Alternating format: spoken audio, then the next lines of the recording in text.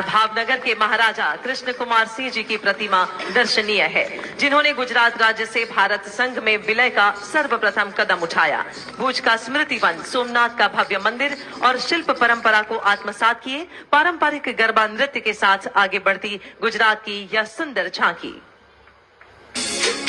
देश ने एक तातने बांधी सरदारे पाड़ी अखंड भारत